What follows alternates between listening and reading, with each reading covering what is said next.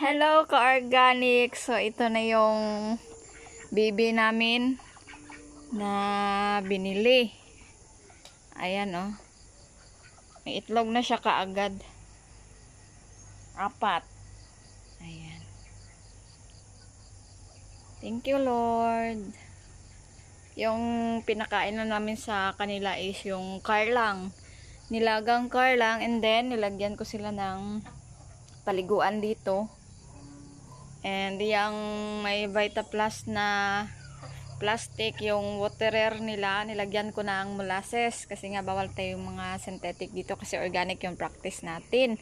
So sa mga hindi pa pala nakasubscribe dyan no, sa ating YouTube channel, please click like and subscribe na para updated naman kayo sa next video na i-upload ko, at saka marami kayong ma-learn, ganun. Tsaka para marami din ako ma-share sa inyo. So ayan yung itik natin, nag-itlog na siya, and then para makatipid tayo, pakainin natin ng yung carlang or yung palawan ba yan sa hindi ko alam sa Tagalog yan, basta yung sa tawag sa Ilonggo, palawan.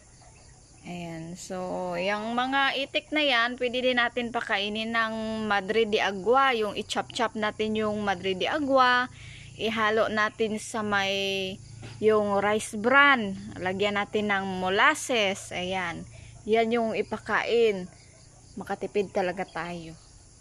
Ayan. So yan yung egg nila.